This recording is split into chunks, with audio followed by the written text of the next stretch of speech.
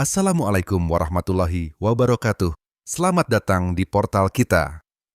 Pemerintah baru saja mengeluarkan instruksi penting yang berdampak besar bagi tenaga honorer. Mulai tahun 2025, gaji honorer yang berasal dari pemerintah daerah akan dihapus, dan status mereka bisa berubah menjadi ilegal. Lalu, apa yang melatar belakangi kebijakan ini? Apa saja dampaknya bagi tenaga honorer di Indonesia? Di video ini, kami akan mengupas tuntas semua informasi yang perlu Anda ketahui.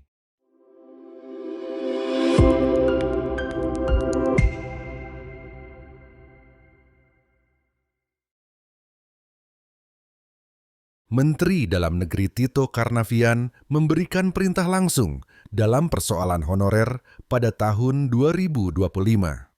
Masalah yang belum kunjung selesai dari tahun ke tahun membuat tinggi nada bicaranya. Peringatan keras disampaikan Tito Karnavian saat rapat koordinasi percepatan penataan tenaga non-ASN bersama seluruh kepala daerah.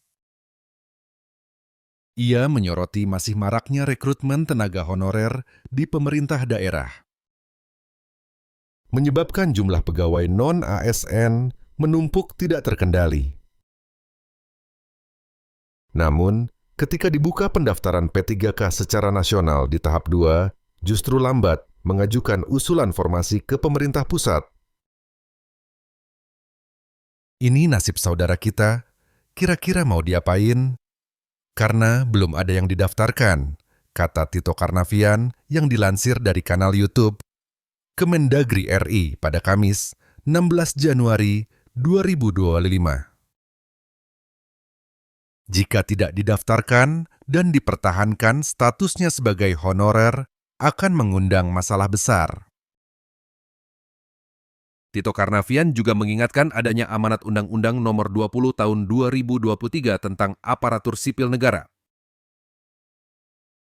bahwa semua pejabat pembina kepegawaian sudah dilarang merekrut pegawai non-ASN baru mulai Oktober tahun 2023.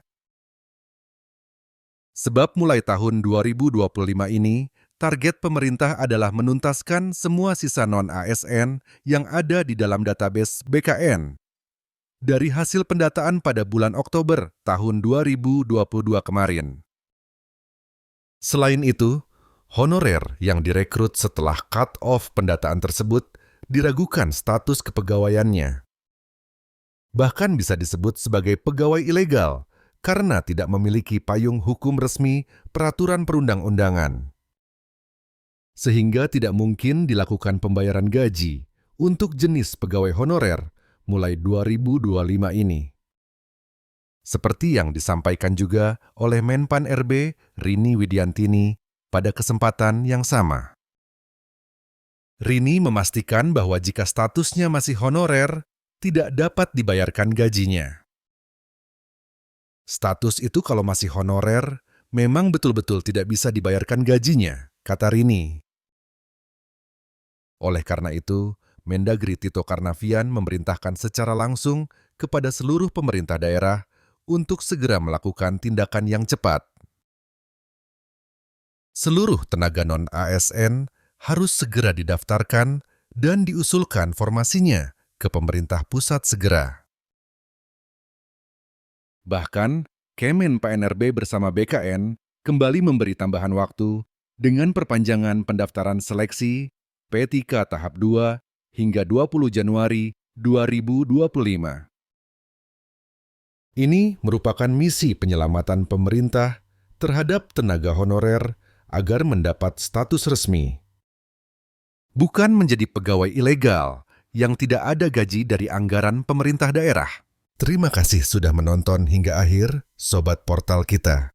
Jangan lupa like, share, dan subscribe untuk mendapatkan update terbaru seputar P3K dan ASN. Tinggalkan komentar kalau ada pertanyaan atau pendapat, kami akan senang mendengarnya. Sampai jumpa di video berikutnya, tetap semangat, dan semoga sukses selalu.